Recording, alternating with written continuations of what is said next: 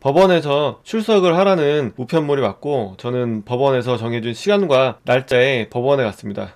이렇게.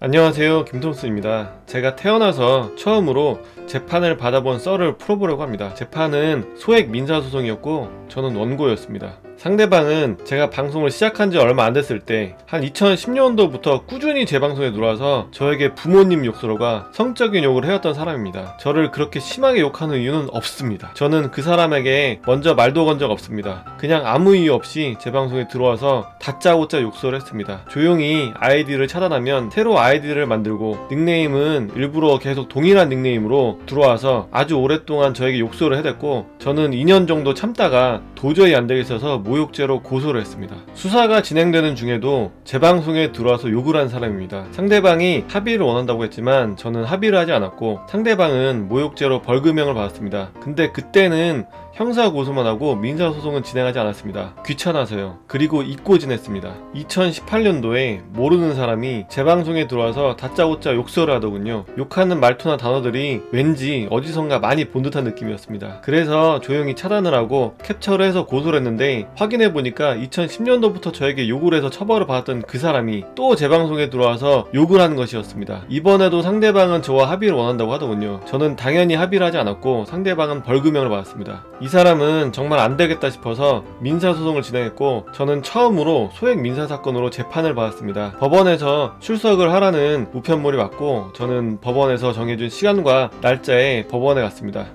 이렇게.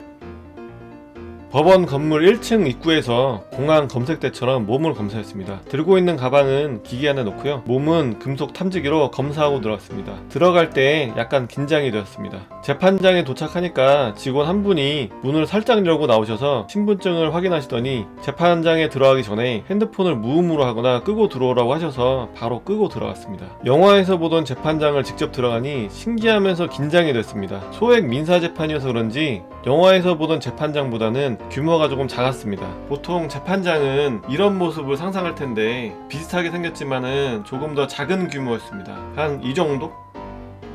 가운데 판사님이 계시고, 앞에 재판 내용을 기록하시는 분 계시고, 입구 바로 옆에 제 신분증 확인하셨던 분이 계시고, 뒤에 방청석에는 재판 받으러 오신 분이 계셨습니다. 뒤에 방청석에서 기다리다가 재판 받을 차례가 되면 원고는 원고석에, 피고는 피고석에 앉아서 재판을 받으면 됩니다. 저는 마지막에 재판을 받아서 다른 분 재판 받는 걸 구경할 수 있었습니다. 돈을 빌려주고 못 받은 대여금 소송, 월세로 사는데 집에 곰팡이가 생겨서 집 주인에게 손해배상을 청구하는 소송, 다양한 재판이 있었습니다. 재판 받으러 가기 전에는 판사님이 막 권위적이고 그럴 줄 알았는데 전혀 그렇지 않고 굉장히 섬세하게 원고와 피고가 제출한 증거자료나 참고자료들을 직접 봐주시면서 최대한 양쪽 의견을 들어주시면서 재판을 진행하셨습니다. 판사님은 처음부터 끝까지 웃지 않고 진지한 표정이었습니다. 원고, 피고 그 누구에게도 강압적으로 말씀하시지 않으셨고, 양쪽 말을 다 들어주시면서 단 한 번도 웃지 않고 진지하게 재판을 진행하시는데 그 모습이 정말 인상적이었습니다. 그렇게 기다리다가 제 차례가 돼서 저는 원고석에 앉았고 상대방은 나오지 않았습니다. 판사님은 제가 제출한 자료들을 다 보셨고, 저는 상대방이 아주 예전부터 오랫동안 저에게 욕을 하고 괴롭혀서 민사소송을 했다고 말씀을 드렸습니다. 판사님은 며칠 뒤 선고하겠다고 선고 날짜를 말씀해 주시고, 선고하는 날은 출석하지 않아도 된다고 하셨습니다. 그렇게 저희 재판은 끝났습니다. 재판 결과가 나와봐야 알겠지만 제가 제출한 증거가 너무 명확해서 별 말씀은 없으셨던 것 같습니다. 오늘의 결론, 여러분 죄짓고 살지 맙시다. 자신이 범죄를 저질러서 형사처벌을 받았다고 해서 그게 끝이 아닙니다. 민사가 남아있습니다. 피해자가 민사소송을 시작하면은 가해자는 정말 피곤해집니다. 앞으로도 몇 건이 더 남아있는데 저는 멈추지 않습니다. 제 영상이 도움이 되셨다면 좋아요와 구독 부탁드립니다. 감사합니다.